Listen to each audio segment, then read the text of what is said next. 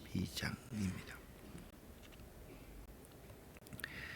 22장에는요, 메시아를 부인하는 유대인들을 경고하기 위해 21장 23절에 이어서 혼인잔치 비유가 언급되고 있습니다. 또한 예수님을 시험하는 자들의 모습이 계속적으로 나타나고 있는데, 이들은요, 예수를 죽이려고 시험하고 있는 것입니다.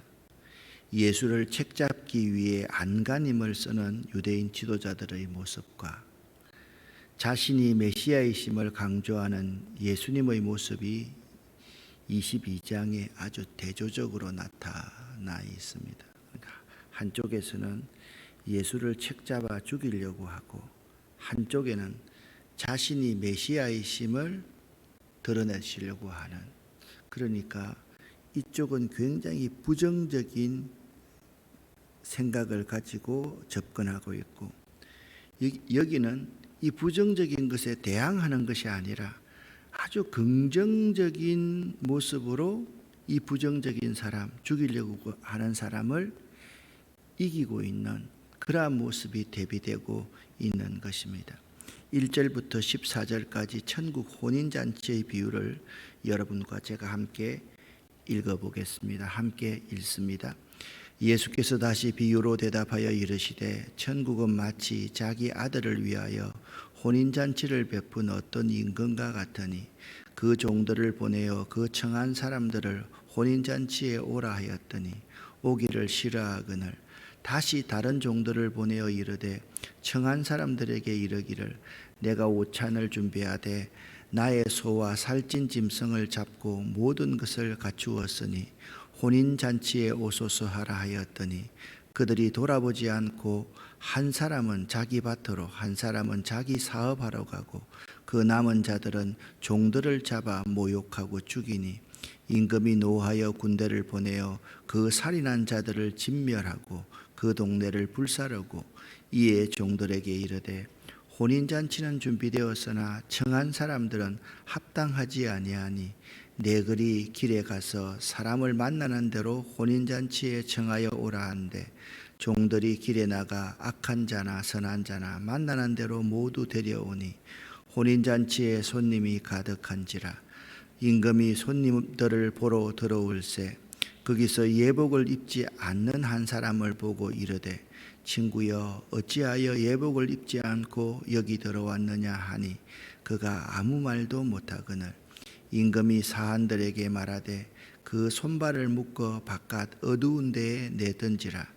거기서 슬피 울며 이를 갈게 되리라 하니라. 청함을 받은 자는 많되 택함을 입은 자는 적으니라. 아멘. 3절 말씀을 보십시오. 오라 하였더니 오기를 싫어하거늘, 그렇게 말씀하고 있습니다. 5절 말씀을 보니까 그들이 오소서 하였더니 그들이 돌아보지 아니하고 자기 일을 하였다, 그렇게 말씀하고 있습니다. 하나님께서는 특별히 유대인들을 구원하기 위해서 자기의 아들을 세상에 보내시고 구원의 큰 잔치를 열었습니다. 그러나 그들은 모두 그리스도이신 예수님을 멸시함으로써 잔치에 초대하신 하나님의 구원의 선물을 거절하고 맙니다. 그러므로 유대인들을 향한 구원 잔치는 결국 이방인들을 위한 잔치로 바뀌어서 모든 사람이 복음의 초청을 받게 되었습니다. 하지만 초청을 받은 이방인들 중에는 예복을 입지 않은 사람이 있었습니다. 곧 구원받을 만한 믿음이 없는 자들이 있었다라는 것입니다. 결국 오늘날에도 구원의 기쁜 소식이 전파는 되었으나 그리스도의 피공로로 믿는 믿음을 갖지 못하고 복음을 영접하지 않는 자들은 결코 구원에 이르지 못함을 이 비유는 우리에게 잘 가르치고 있는 것입니다. 자, 이 비유에 이어서 세 번에 걸쳐 비유를 했는데, 바리새인과 서기관들이 이 비유가 종들을 죽이고 아들을 죽이는 사람이 자기를 가리킴인 줄 알았지만 예수가 사람들이 예수를 선지자로 생각하는 거로 두려워서 붙들지 않았다라고 21장 23절에 말씀하고 있는데, 계속해서 이제 바리새인들이 도전해오고 있습니다. 어떤 도전을 하고 있는가? 종교적인 문제 가지고 이야기가 안 되니까 이제는 정치적인 문제를 가지고 예수를 시험에 빠뜨리려고 하는 자들입니다. 15절부터 22절까지를 함께 읽겠습니다. 이에 바리새인들이 가서 어떻게 하면 예수를 말의 올무에 걸리게 할까 상의하고 자기 제자들을 헤롯 당원들과 함께 예수께 보내어 말하되, 선생님이여, 우리가 아노니 당신은 참되시고 진리로 하나님의 도를 가르치시며 아무도 끓이는 일이 없으시니 이는 사람을 외모로 보지 아니하심이니이다. 그러면 당신의 생각에는 어떠한지 우리에게 이르소서. 가이사에게 세금을 바치는 것이 옳으니까 옳지 아니하니까 하니, 예수께서 그들의 악함을 아시고 이르시되, 외식하는 자들아, 어찌하여 나를 시험하느냐? 세금 낼 돈을 내게 보이라 하시니 데나리온 하나를 가져왔거늘, 예수께서 말씀하시되, 이 형상과 이 글이 누구의 것이냐? 이르되 가이사의 것이니이다. 이에 이르시되, 그런즉 가이사의 것은 가이사에게, 하나님의 것은 하나님께 바치라 하시니, 그들이 이 말씀을 듣고 놀랍게 여겨 예수를 떠나가니라. 아멘. 말씀드렸듯이 예수의 근위가 어디서부터 왔는가? 이 종교적인 문제에 관해서 예수의 허물을 잡지 못한 유대의 종교 지도자들은 이번에는 헤롯 당과 결탁하여 정치적인 문제, 납세의 문제로 예수를 공격합니다. 당시 로마 지배하에 있던 유대인들은요, 억지로 로마 황제 가이사에게 인두세를 바쳐야만 했기 때문입니다. 자, 여기서 가만히 한번 생각을 해 보시기를 바랍니다. 바리새인과 헤롯 땅, 우리나라로 말하면 일제시대에 목사들이, 장로들이 일본 놈의 앞잡이들과 결탁해서 예수님을 죽이려고 하는 거죠. 이들 헤롯 땅은요, 우리 예수 믿는 목사와 장로들, 예수 믿는 사람들을 착취하고 죽이려고 했던 사람입니다. 그러니까 얼마나 이들이 치밀하게 계획을 세웠으면 바리새인과 헤롯 땅이 함께 합세를 해서 예수를 시험한다. 이거는 오늘날로 보고 그 시대를 보면 정말 말이 안 되는 조합이다. 그렇게 여러분들이 생각하시면 됩니다. 그래서 그들이 묻습니다. 가이사에게 세금을 바칠까요? 말까요? 이 질문을 통해서 예수를 체포하려고 그들이 의도했던 것입니다. 그들은요, 치밀한 계획을 세웠습니다. 만약 예수가 가이사에게 세금을 바치라라고 하면 민족 반역자로 몰아서 유대 백성을 선동하여서 예수를 유대 백성들이 죽이려는 계획을 가지고 있었던 거죠. 그런데 이 계획은요, 정말 나쁜 게 뭐냐면, 성경에 예언되어 있기를 메시아는 유대 백성에 의해서 죽는 것이 아니라 이방인의 손에 넘겨서 죽도록 예언되어 있거든요.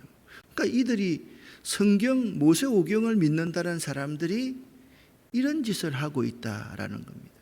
예수께서 만약 가이사에게 세금을 바치지 말라라고 하면 로마 황제에 대한 반역으로 몰아서 헤롯 땅을 통해서 예수를 처치하려는 그러한 계획을 가지고 있었던 것입니다. 이 대답도 할 수 없고 저 대답도 할 수 없었습니다. 예수님께서 말합니다. 지갑을 한번 가져와 봐라. 동전을 한번 내보아라. 자, 이 동전에 누구의 화상이 있느냐? 가이사의 상입니다. 그래, 가이사의 것은 가이사에게 바치고 하나님의 것은 하나님께 바치라라고 해서 그들의 악한 계획을 물리치고 있는 모습을 볼 수가 있습니다. 모든 수단과 방법을 동원하여 서로 적대적인 세력들과 말도 안 되는 연합을 통하여서 예수를 모함하고 죽이려는 악한 계획을 추진하는 그들의 모습을 보면서 다르게 생각하면 너무 불쌍하다. 그들의 영혼이 너무 불쌍하다. 그러한 생각이 들 정도로 그들은 참 악한 자들입니다. 여러분, 이게 간혹 우리가 TV 같은 거를 보면요, 참 악한 사람들이 있죠. 그런 사람들은요, 우리가 증오하고 미워하는 것보다 더 안 좋은 게 참 측은하다. 어떻게 저런 인간이 태어났을까? 어떻게 저런 짓을 할 수 있을까? 그런 생각이 들잖아요. 여기 바리새인들, 예수를 수단과 방법을 동원해서 죽이려고 하는 바리새인들의 모습을 보면서 한편으로는 어떻게 저렇게 사람이 악할 수가 있을까? 아니, 어떻게 예수 믿는 사람이 일본 놈의 앞잡이들과 저렇게 결탁할 수 있을까? 자, 청나라에서 우리의 젊은 아이들을, 여자아이들을 다 데리고 가서 성놀이개로 다 삼습니다. 그런 악한 자들과 결탁하는 종교인이 있다고 하면 오늘날 얼마나 그가 비난을 받아야 마땅한 것입니까? 오늘날로 말하면 이걸 좀 강조해서 설명하기 위해서 그렇습니다.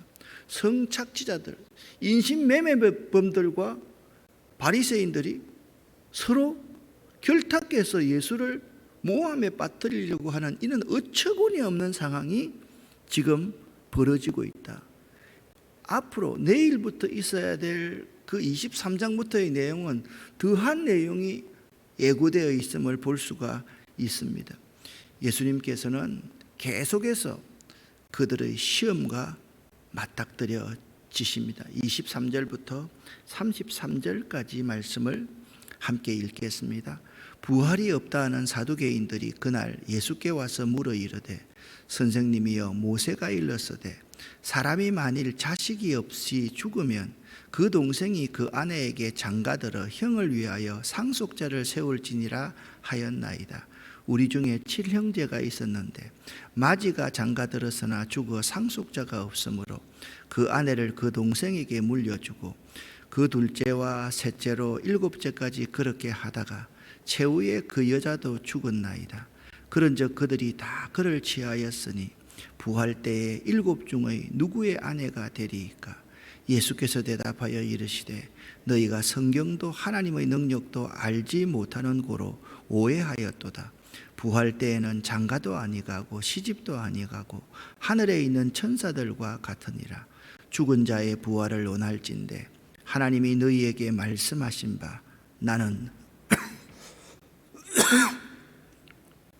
야곱의 하나님이라 하신 것을 읽어보지 못하였느냐? 하나님은 죽은 자의 하나님이 아니요 살아있는 자의 하나님이시니라 하시니 무리가 듣고 그의 가르치심에 놀라더라. 아멘. 이런 일 여러분 들어보셨죠? 어느 처녀가 결혼을 합니다. 너무 억울해서 그 신랑이 되는 집에 가서 목을 메어서 죽었습니다. 자, 이런 일이 있으면 우리 예수 믿는 사람들이면 어떻게 해야만 하겠습니까? 아니, 참 안 됐다. 어떤 사연이 있으면 저런 선택을 할 수 있을까? 그 아가씨가 참 안 됐다.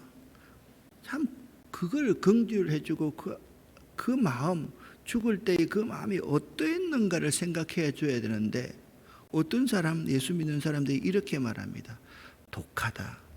독한 년이다. 어떻게 한이 많으면 저렇게 독한 짓을 할 수 있을까? 이 두 사람 가운데 똑같다고 생각하십니까? 전혀 다른 겁니다. 한 집에 7의 아들이 죽었습니다. 그러면 그 비극이 얼마나 컸겠습니까? 그 아픔이 얼마나 컸겠습니까? 그런데 지금 그것 가지고 예수께 질문을 하는 거죠. 이들의 질문의 내용은 계대 결혼에 관한 것입니다.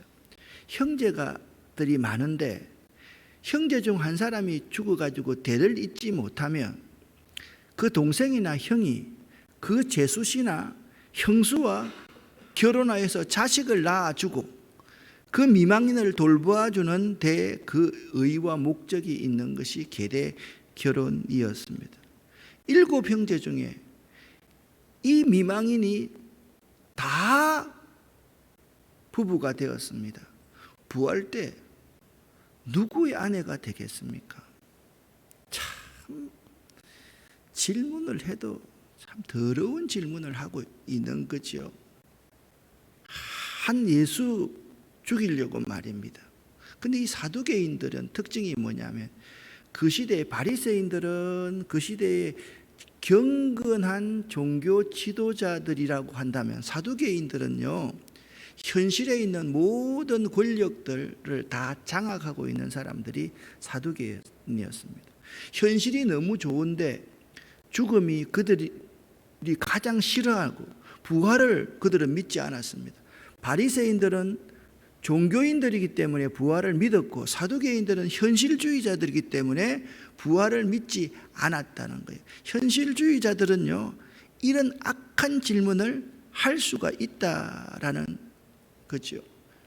부활이 없는 사두개인들은 예수님의 설명을 이해할 리가 없고 믿으려고도 하지 않았던 것입니다. 예수님께서 이런 말을 합니다. 그들은요, 부활은 없다 그랬지만 모세오경은 다 믿거든요. 아브라함의 자손이라는 것, 다윗의 자손이라는 것은 다 믿거든요. 아브라함과 이삭과 야곱은 죽었으나 믿음 가운데는 항상 너희들 가슴 속에 살아있지 않느냐.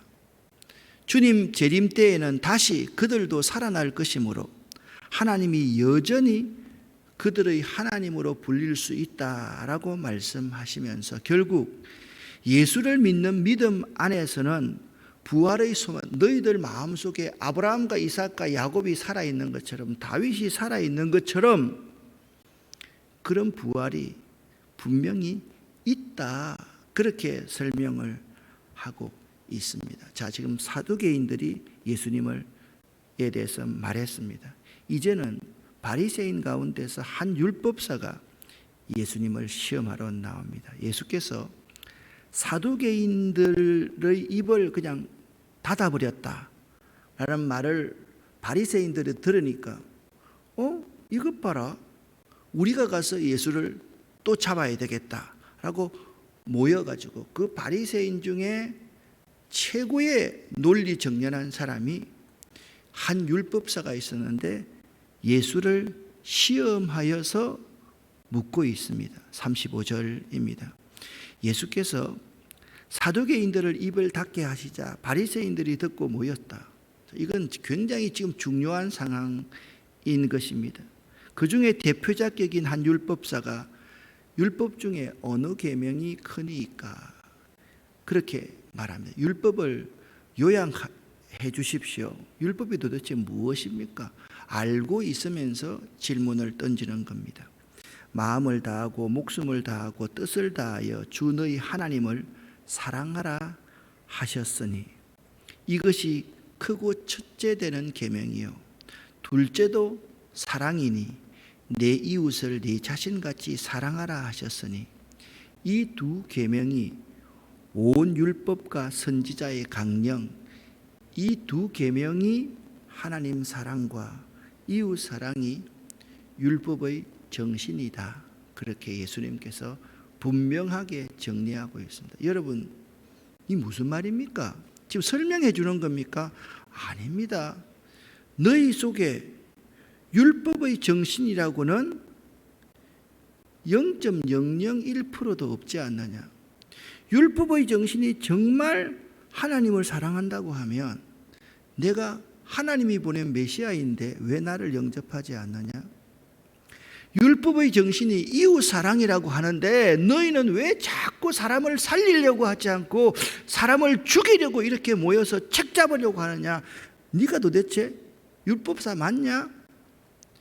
그 질문을 아주 긍정적으로 지금 예수님께서 그 질문에 대해서 대답하고 있는 것입니다. 예수님께서 바리새인들과 이렇게 계속적으로 대화를 하십니다. 예수님께서 그들에게 질문하셨습니다. 너희들은 그리스도에 대해서, 메시아에 대해서 어떻게 생각하느냐? 그가 누구의 자손이냐? 바리새파 사람들이 다윗의 자손입니다 라고 그렇게 대답을 했습니다. 그러자 예수님께서 그러면 다윗이 성령의 감동을 받아 어찌 그리스도를 주님이라고 불렀겠느냐? 그는 여호와께서는 내 주님에게 말씀하셨습니다. 내가 내 원수를 내 발 아래 굴복시킬 때까지 너는 내 오른쪽에 앉아 있어라 하고 말했습니다. 다윗이 이처럼 그리스도를 주님이라고 불렀는데 어떻게 그리스도가 다윗의 자손이 되느냐? 아주 명쾌한, 자, 이건 오해하지 말아야 됩니다. 마태복음 1장에 보면 이렇게 설명하고, 예수 그리스도는 누구냐? 예, 아브라함과 다윗의 자손이다, 이렇게 분명히 말했습니다. 이것은 무슨 말입니까? 육신의 혈통으로는 아브라함과 다윗의 계보에 있지만 믿음으로서는 예수 그리스도는 누굽니까? 너희들이 믿어야 될 믿음의 대상이다. 그 점을 지금 설명하기 위해서 이 말씀을 하고 있는 거죠. 여기에 대해서 바리새인들이 모여서 율법사를 대표로 보내가지고 예수를 시험해가지고 하나님 사랑과 이웃 사랑이 율법의 정신이다 라는 답을 받고서 예수께서 그들에게 대화를 하시면서 먼저 선제 질문을 하시는 거예요. 그리스도가 누구라고 생각하느냐? 메시아가 누구라고, 어떤 분이라고 생각하느냐? 다윗의 혈통 아닙니까? 그러니까 그렇지, 너희는 왜 육신적인 것만 알고 있느냐? 예수가 다윗의 자손이라는 것만 알고 있고 다윗이 그 메시아를 주님이라고 불렀던 것, 이건 왜 인정하지 않느냐? 그 말입니다. 오늘날로 말하면 이단들이 있잖아요. 예수의 인성은 인정하는데 예수의 신성을 인정하지 않는다고 하면 그건 이단 중에 상이단 아닙니까? 지금 그들을 그렇게 지적하고 있다라는 것입니다. 이것은 예수께서 자신이 다윗의 후손임을 부인하는 것이 아닙니다. 바리새인들에게 자신에 대하여 단지 육체적인 혈통만, 다윗의 자손으로만 알고 영적인 하나님의 아들로서의 다윗에게 언약한 언약의 자손 메시아를 영접하고 모르는 사실에 대해서 그 잘못을 시정해주고 있는 말임을 알아야 됩니다. 22장의 마지막 이 부분은 해석하기 참 어려운 부분입니다. 그래서 여러분들이 명료하게 이렇게 해석하면 이 말씀이 이제 우리 믿음으로 받아들여질 수가 있는 것입니다. 자, 오늘 우리 예수님의 모습을 보십시오. 어떤 모습입니까? 모두를 침묵해 하시는 예수님, 모두의 입을 닫아버리신 예수님.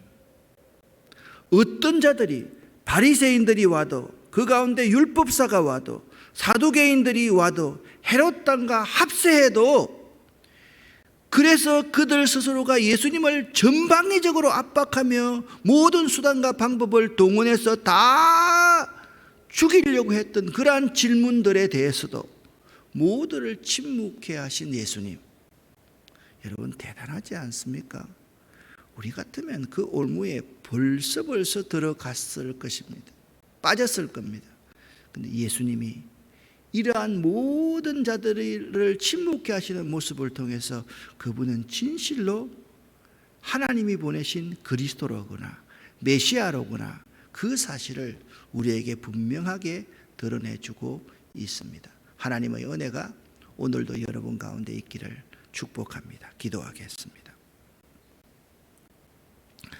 하나님 아버지여, 건축자들의 버린 돌이 모퉁이에 머릿돌이 되었다 말씀하셨습니다. 하나님, 혹시나 우리들이 잘못된 건축자로서 예수를 하나님의 아들 그리스도로 믿지 않고 한 윤리적이고 도덕적인 모범적인 선생으로만 믿고 있지 않는지 이 시간 우리를 돌아봅니다. 예수님은 완전한 인간이요 완전한 신이심을 확실하게 고백할 수 있는 저희들 될 수 있도록 도와주시고, 우리들 한 사람 한 사람도 예수님의 지혜를 배워서 악한 자들의 모든 입을 닫게 할 수 있는 그러한 하나님의 능력을 소유하기를 원합니다.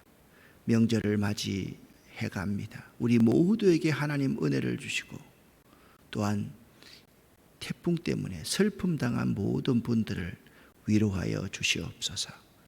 예수 그리스도 이름으로 축복하옵고 간절히 기도 올립니다. 아멘.